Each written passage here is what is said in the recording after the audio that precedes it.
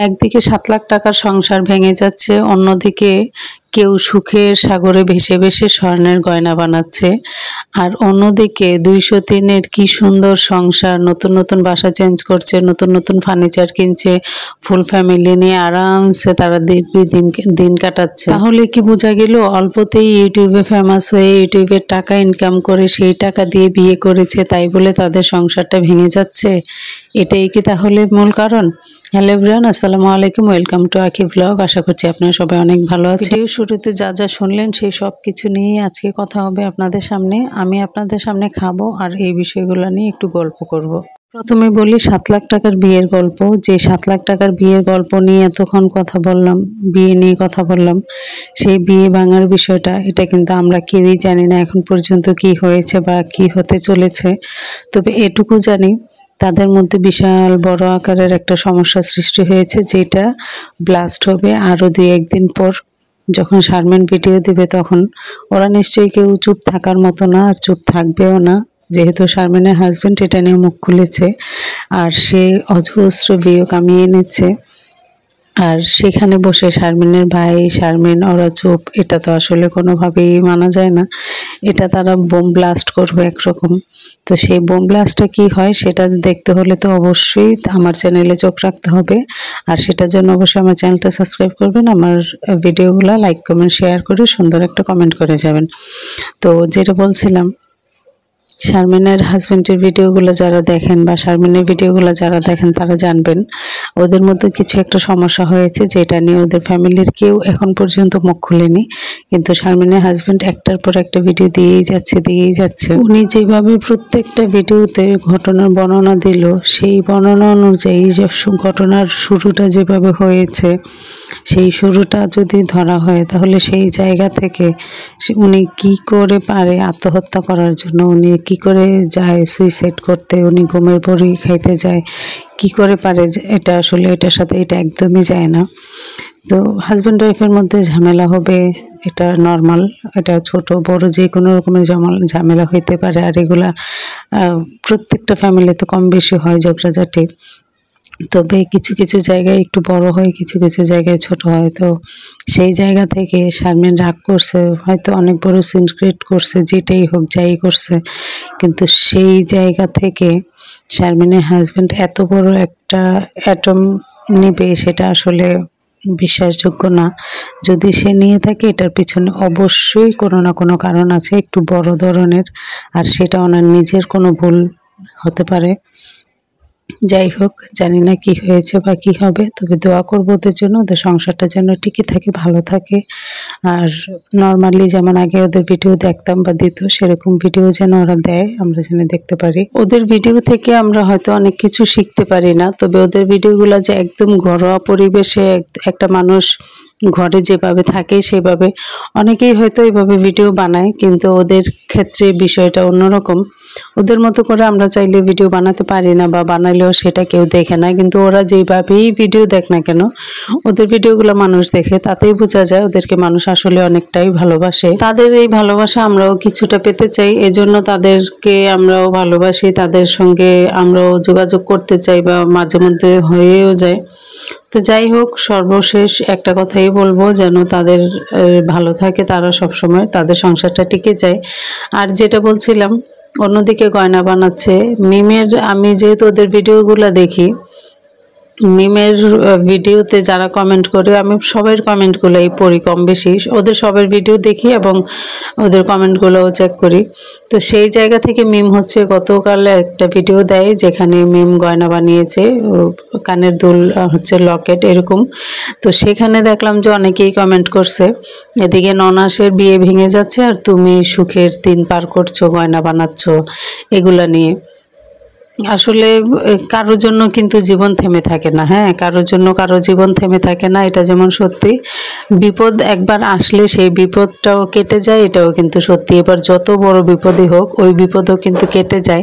তো সেই জায়গা থেকে মিম যদি গয়না বানিয়ে থাকে, মিমের টাকায় মিম বানিয়েছে, এটা হয়তো আগে থেকে পরিকল্পনা করা ছিল বা সেরকমভাবে ওরা এগোচ্ছে। এটা যে বিয়ে ভাঙা উপলক্ষে যে সেই সুখে গয়না বানাচ্ছে এমনটা কিন্তু না।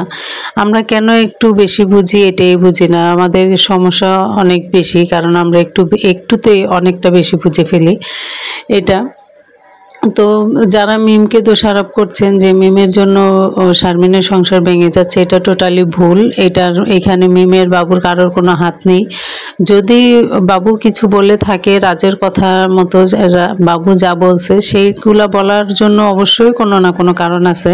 কারণ ছাড়া কিন্তু এই কথাগুলা কেউ বলে না বা বলবেও না কোনো মানুষ। কারণ আমি বাবুকে যতটুকু দেখেছি বা যতটুকু চিনি, সেই জায়গা থেকে আমি এটা নিঃসন্দেহে বলতে পারি যে এখানে বাবু যদি কিছু বলে থাকে সেটা অবশ্যই কোনো কারণবশত বলেছে। এবার আপনার চোখের সামনে অনেক সময় এমন কিছু ঘটে যেগুলা কিনা ভুল, জিনিসগুলো ভুল কিন্তু আপনার কাছে সঠিক মনে হয়, তো সেরকমটাও হতে পারে। তো যেহেতু বিষয়টা জানি না, তাই ওইভাবে সব কিছু ক্লিয়ার করে বলছি না বা বলতে পারছিও না।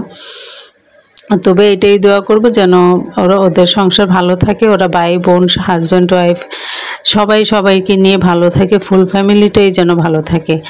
আর আরেকটা যেটা কথা, 203 ওরা হচ্ছে, ওদের ভিডিও আমি দেখি, তো ওদেরকে নিয়েও কমেন্ট করছে। ওদের ভিডিওতে একজনই দেখলাম, আমি কমেন্টে স্ক্রিনশটটা নিতে পারিনি, নিয়ে আসলে ইচ্ছে করি। একজন কমেন্ট করছে যে ইউটিউবে কত রং ঢং দেখলাম, কারোর নতুন বিয়ের সংসার ভেঙে যাচ্ছে, কেউ আবার সতীন নিয়ে মহাসুখে আছে, বাসা চেঞ্জ করে কত কি করে, ভাই মা বউ সবাইকে একসঙ্গে রাখে। তো এইটা নিয়েও মানুষের মাথা ব্যথা কেন আমি বুঝি না। যার যার সংসার, যার যার ইনকামের টাকা দিয়ে শেষে যদি মা ভাইকে রাখে, ভাই বউকে রাখে, এটা নিয়ে কারো সমস্যা থাকার তো কথা না। তো যাদের সমস্যা তাদের হয়তো নিজেদের মেন্টালিটির সমস্যা, এই কারণে অন্যকে নিয়ে এত নেগেটিভ চিন্তা করে। তা না হলে মানুষ এত নেগেটিভ চিন্তা কেন করবে? তো সব বিষয় নিয়ে এখানে আমি তুলে ধরলাম, জানি না কতটুকু তুলে ধরতে পেরেছি বা ধরা আমার উচিত ছিল, তবে চেষ্টা করেছি আপনাদের সামনে এই বিষয়গুলো নিয়ে একটু ক্লিয়ার করা, যেহেতু আমি কম বেশি বিষয়গুলো জানি বা ওদের ভিডিও দেখে দেখে আমি যতটুকু বুঝতে পেরেছি। তো এই আর কি, এই টুকটাক এই বিষয়গুলো নিয়ে আপনাদের সঙ্গে কথা বলার ছিল।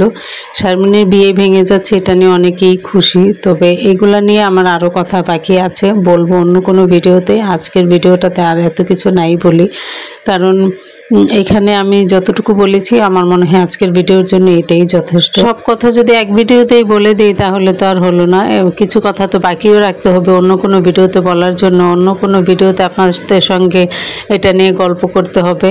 তো সেই সময়টা নিয়ে একদম সরাসরি আপনাদের সঙ্গে চলে আসব, সরাসরি গল্প করার জন্য এই বিষয়গুলো নিয়ে। সেই ভিডিওটা হয়তো একটু বড়ও হতে পারে, আবার 2-1 দিন লেটও হতে পারে। তো জানি না, যেহেতু যতটুকু সম্ভব আমি চেষ্টা করব আপনাদের সঙ্গে শেয়ার করার। যদিও আমি তাদেরকে ওইভাবে পার্সোনালি চিনি না, যাও 1-2 বার দেখা হয়েছে বা ওদের ভিডিও থেকে যতটুকু জানতে পেরেছি ওই হিসেবেই আমার এই কথাগুলো বলা। তো যদি ভিডিওটা ভালো লাগে অবশ্যই লাইক কমেন্ট শেয়ার করে দিবেন, আর আমার চ্যানেলটা সাবস্ক্রাইব করে অবশ্যই আমার পাশে থাকবেন। আপনাদের সাপোর্ট আর ভালোবাসা অবশ্যই আমি চাই। আমি হচ্ছে বিকেলে বলতে দুপুরে ঘুম থেকে উঠে, এখন বিকেল 4:30 বা 5টা এরকম বাজে, বারান্দায় বসে বসে তালের পিঠা খেয়েছি আর হচ্ছে চা খেয়েছি। খেতে খেতে মনে হলো যে আপনার একটু ভিডিও করি। তো ইচ্ছে ছিল অন্য কোনো টপিক নিয়ে, আমাদের ফ্যামিলিগত বিষয়গুলো নিয়ে একটু কথা বলার, তো সেটা যেহেতু বলতে পারিনি তাই ভাবলাম যে এইভাবেই ভয়েস ওভার দিয়ে আপনাদের সঙ্গে ভিডিওটা শেষ করে দিই। তো ভিডিওটা কেমন লাগলো অবশ্যই জানাবেন, আর কমেন্ট করে জানাইতে ভুলবেন না যে ভিডিওটা কেমন লাগলো আমার আজকের এই ভিডিওটা। আমার গত ভিডিওতে আপনাদের সাপোর্ট দেখে আমি সত্যি অনেকটা অবাক হয়েছি, আমার নিজের কাছে খুবই ভালো লেগেছে। দোয়া করবেন যেন এইভাবে আপনাদের সাপোর্ট আর ভালোবাসা পাই, এগিয়ে যেতে পারি।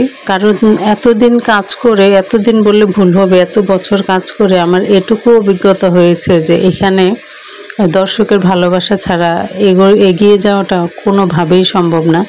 আপনাদের সাপোর্ট ভালোবাসা দুইটারই প্রয়োজন, আর সেটা করতে হলে কোন পথে হাঁটতে হবে সেটুকু তো কিছুটা হলেও আইডিয়া হয়েছে আমার। তো এইখানে আসলে শখের চাইতে বেশি, যখন শখ কোনো কাজ করে না তখন ওইটাতে ওই মানে শখ যখন কোনো কাজ করে না সেই শখের চাইতে বেশি ইম্পর্টেন্ট হচ্ছে দর্শক কি চায়। তো দর্শকের চাহিদা অনুযায়ী যখন কোনো একটা কাজ আপনি করতে পারবেন সেখান থেকে ভালোবাসা অবশ্যই আসবে। তো আমার ক্ষেত্রেও সেম হয়েছে। এই লাস্ট কয়েকদিনে আমি যেটা বুঝলাম, আমার শখ ছিল আমি ব্লগিং করব, সেই শখ থেকে আমাকে ফিরতে হয়েছে। এখন হচ্ছে দর্শক কি চায় সেই অনুযায়ী হচ্ছে আমাকে কথা বলতে হচ্ছে। তো এই ভিডিওতে যে কথাগুলো বললাম সেটা বুঝতে হবে, আপনারা ধরে নেবেন বা আপনারা জানবেন এটা আপনাদের চাহিদা মতোই আমি কথাগুলো বলছি, আমার চাহিদা মতো বলিনি। যদি আমার চাহিদা মতো কিছু বলতে যেতাম তাহলে অবশ্যই ভিডিওটা অন্যরকম হতে পারতো বা অন্যরকম হতো। আপনাদের চাহিদা অনুযায়ী আমি ভিডিওটা করেছি, এজন্য ভিডিওটা এমন হয়েছে। আর ভয়েসের ক্ষেত্রে যেটা বলবো, আসলে সব মানুষের ভয়েস একই রকম না, সবাই একই রকমভাবে কথা বলতে পারে না। পরিস্থিতি, পরিবেশ, একটা মানুষের নিজস্বতা সব কিছু মিলিয়ে হচ্ছে তার কিছু একটা কাজ ফুটে ওঠে। তো আমারও সেরকমটাই হয়েছে। আমি যখন চেষ্টা করি তখন অবশ্যই ভালো কিছু দিতে পারি, যদি আমার পরিস্থিতি, পরিবেশ সব কিছু মিলে যায়।